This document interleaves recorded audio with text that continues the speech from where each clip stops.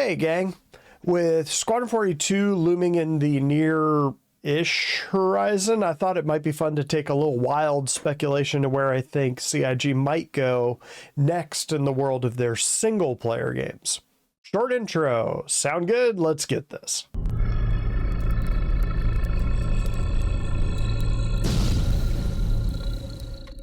So let's kick this off with a game we know CIG is making, Squadron 42, because it's pretty safe to say that CIG won't be making another single-player game until they've fully delivered, or, well, let's say mostly delivered Squadron 42. I guess there's always a chance they sneak in something like Privateer between one of the later episodes like CR did with Wing Commander. Right now, Squadron 42 is planned out in 3 episodes. You'll probably notice that I'm caging that number a little, so let's get into that a little. Unlike most single-player games, even open-world ones, Squadron 42 is using an entire other game, the Persistent Universe, Star Citizen, as its backdrop, and that affords it a huge range of stories and scope to draw on. Even if CIG just sticks with the war between humans and the Vanduul, there's a lot there for them to draw on. Again, jumping back and using Wing Commander as something of a roadmap for where CIG could go with Squadron 42. So again, we know there's 3 episodes, basically 3 parts divided up into a bunch of chapters. The Squadron 42 release that's rumored to be coming in Q4 of this year, Q1 of next year, again, rumored, that will just be the first episode of the 3. So will it be another 10 years until we see episode 2? Well, no.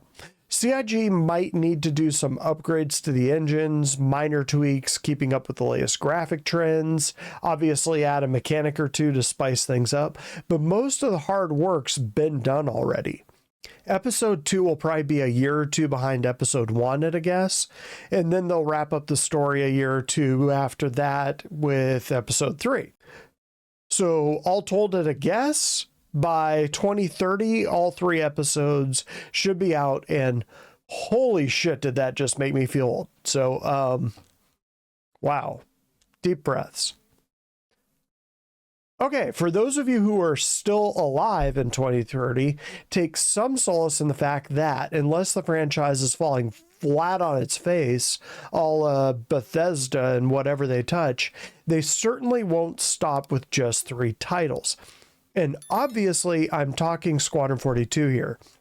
The verse will likely be rolling out updates, new patches, new content, and probably DLCs through that whole time. Again, the hard work is mostly done, building the underlying engine, the mechanics, and the loops. Like Wing Commander, there's a really strong chance CIG rolls out something like special missions that they did for Wing Commander. Those were smaller, cheaper storylines set with the same main character, usually, and some familiar NPCs. Pulling off some minor side story with broader implications for the larger story of the main episodes. Typical DLC stuff, in other words. You didn't have to play special missions to play the larger Wing Commander games or get the story or what was going on, but it was a nice little distraction while waiting for the larger title to bake in that oven. So I'd say expect something like that.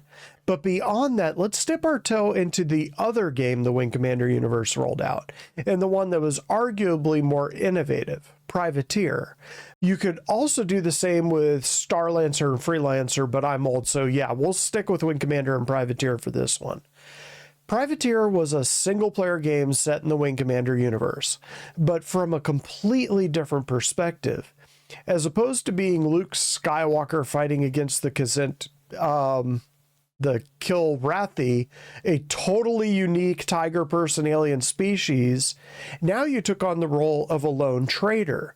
You built yourself up from a single system operating a small junker of a ship up to something more impressive and spanning across nearly the whole of human space. That, to that point, we had not seen in the Wing Commander universe, even though we had heard about it. After being on rails in Wing Commander, it was a totally different kind of experience to anything else out there. And this is where we can kind of go off the rails too. With the PU, CIG is building out fully realized game loops, complete with game assets such as fully realized ships, and one day, hopefully soon, NPC crews. Thankfully, the first testbed for that will be Squadron 42. As I say a lot on this channel, even if you have zero interest in playing out the military campaign of that franchise, it's at least the ultimate testbed of NPCs and NPC behaviors for the PU. You take that, and suddenly it becomes obvious that CIG is building at least the potential for a broad franchise of games, single-player games, set in the backdrop of that MMO universe, the PU. Like Privateer, they could have a story running in the background, which is what most open world games do, but how and when the player interacts with that story is up to them. I could see them making a single player story on rails that isn't a military setting, something set in a single system, for example. But with all the assets the PU will be providing, especially when you're talking about 2028 or so, that would be kind of a waste. While it might focus on a single game loop, so trade like Privateer, or maybe salvage like Heartspace Shipbreaker, notably not a Chris Roberts game, but it's a good example of a single player salvage game in space, so yeah, I'm using it. It would probably give the player access to the verse at large. Of course, making games like this would be twofold. First, it gives players who don't want to play an MMO, and that actually is a significant portion of the gaming world, a way to play Star Citizen. Second, it introduces them to Star Citizen and maybe, just maybe, entices them to join the wider verse. There could even be in-game incentives to do so. For example, in Squadron 42, CIG has said that people who complete the story, so all 3 episodes presumably, will be considered citizens in the UEE and will be afforded some yet unnamed, or I think they're unnamed, I would say check that with Astropub, he probably know better than I would.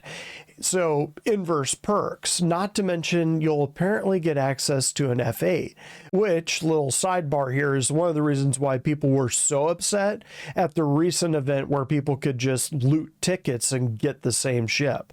Still, it's a cool ship, and being able to get one for free, or at least get access to one in game, or maybe just purchasable with in-game money, thanks to going through the single player game, that player who might not be willing to play an MMO originally would be more enticed to actually go in and dip a toe into the MMO if they already had some experience, like say learning how to fight in Squadron 42, or if CIG went another route with another game, learn trade or salvage or engineering or something like that.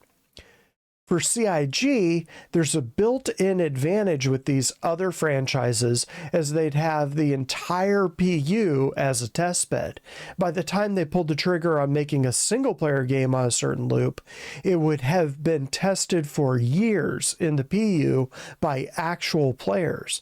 For that matter, the locations, the mechanics, all the things that take a game years to make are already there. The heavy lifting is already done. Using that argument, the hard part would be constructing a compelling story, hiring good voice actors, that sort of thing. The actual game, the mechanics, the loops, the locations, the backdrop, all of that is already done. In a sense, those of us playing the verse are just a huge pool of beta testers for a potential first-person title. So what kind of titles could we see? Pretty much any of the loops. I could even think of a few compelling storylines. Well, compelling to me anyway, so let's get into it. So imagine you're a miner, say a hand miner or something basic like that. And while you're down in a cave, the crew you've been running with for the intro is slaughtered by a mysterious group of marauders. Now you're all alone in a cave, and you have to find your way to an emergency shelter and send out a call for help. Friends are made, friends become enemies, enemies become friends, etc., etc. You get the idea. You build your way up from nothing while working to solve that initial mystery of why your crew was attacked in the first place. You could go the privateer route and just be a lone traders trying to make it in some basic ship, like, say, an Aurora Clipper, an Aurora CL, and is just in the wrong place at the wrong time to start the adventure, the storyline. Or maybe they just have some incentive to work their way up the ladder. I could even see them running it like a tycoon game and just kind of take the reins off. Just let the players start from nothing and not even have that much of a guided storyline. Just let them do their thing and make a big corporation. That would be the cheap option, though. And knowing CR, he never goes for the cheap option. So expect some storyline from the 80s movie. Space Truckers, Alien, something like that, at least as a backdrop. And you can do that for all the loops we have and all the loops they have planned. So maybe a special mission style DLC for Squadron 42, where you're an engineer on an aging warship. Think something like a Nautilus or a Perseus, and you have to keep the thing running or get it up and running again. Oh, you could have it dovetail with a salvage storyline where you have to get the scuttled ship up and running again before the baddies attack. So you're working with the locals to build up defenses and gather supplies and stuff. And CIG will also have the option to make these single player games multiplayer without having them be part of a massively multiplayer PU. They've even said at certain times in the past that they've at least considered and entertained the ideas of making some of the missions in Squadron 42 able to be played as multiplayer. So drag in a friend or two to help on, say, a particularly hard boss fight or an in-game mission. But with these side games, you could even make it a bit more innovative than that and allow the game to be played with 1 to 5 players, say. Anyways, that's just some of the things I have been chewing on the last decade or so, or just throwing in off the top of my head. While the idea of producing and creating Squadron 42 in the PU concurrently was an odd one, the potential and payoffs down the road could be huge. Imagine if CIG had gone the typical route and just made Squadron 42 first.